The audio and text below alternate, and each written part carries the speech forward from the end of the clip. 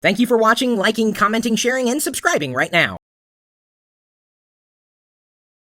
We used to have this a piece of hardware that would plug into the TV, and you'd set the time by using a remote control. Otherwise, it would blink 12 o'clock, 12 o'clock, 12 o'clock, 12 o'clock, 12 o'clock, 12 o'clock, 12 o'clock.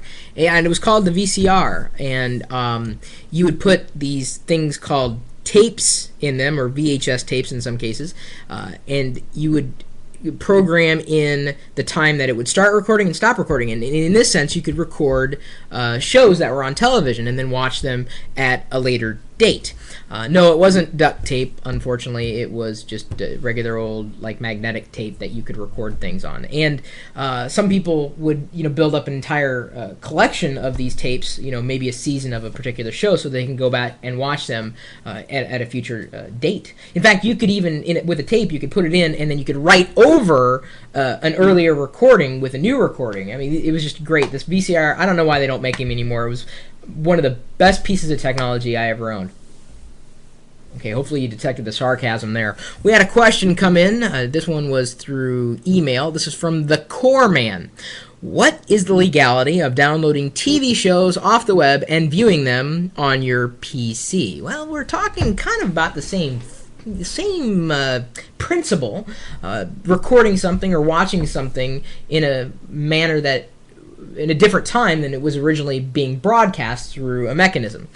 The issue is that, well, at least with VCRs of yesteryear, you would record it, and distributing that VHS tape wasn't very scalable. I mean, you may be able to pass it to a friend or two, but beyond that, it's not worth the time, the cost, the energy, and what have you. But on the internet, of course, once something's been digitized, anybody can download it from anywhere, so long as you have access to the internet and a broadband connection to go with it.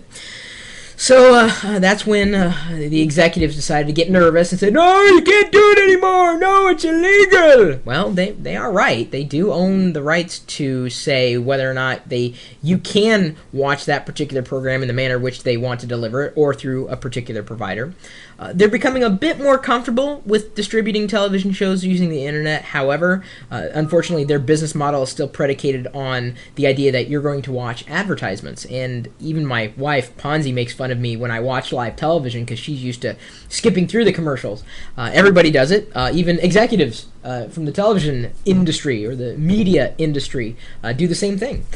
So right now, downloading a television show over the internet, if you do not have the rights to do that, well, legally, you can't or shouldn't do that. Now, so I pay a lot of money every month to access Comcast on this particular television, and I record the shows in a variety of formats, including on my Media Center PC, including on the DVR that Comcast, I'm lucky enough to be able to rent from them at an extremely premium rate. So if I record a show, let's say on the DVR on this recorder, and I can't get to it, am I able to watch that very same program in the same structure if I get it online? I've already paid to access it this way. I've recorded it in a way that Comcast has let me record it, so obviously someone on the back end has been communicating. Why is it not okay that I access the same stuff here? Now, this is a huge legal question that everybody's fighting right now.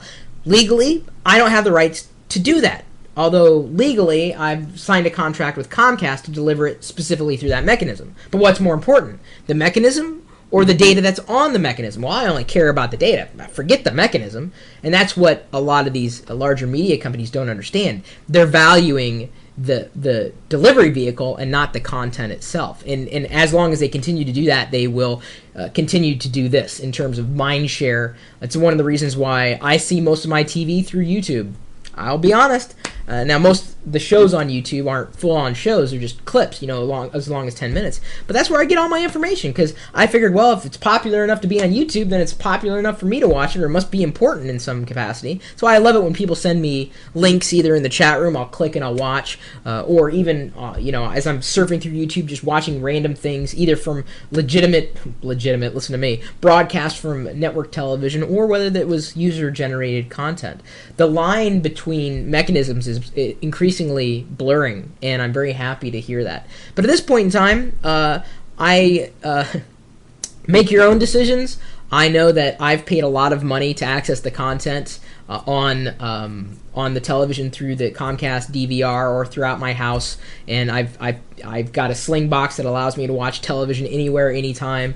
So I can't necessarily be, in trouble, because I bought the product that says it would do what it would do. So why am I to blame for a product that was out there? I didn't do it. I didn't hack it together myself. I don't know. It's a big legal gray area that's going on right now, and I can tell you that should it ever come to a head, if it hasn't already, I can pretty much guarantee that the big industry would lose, so long as you're not duplicating content. Those are the people that usually get in trouble, or the people that are distributing the content. But then again, the internet, the way it works is someone puts it out there and then anybody's got it.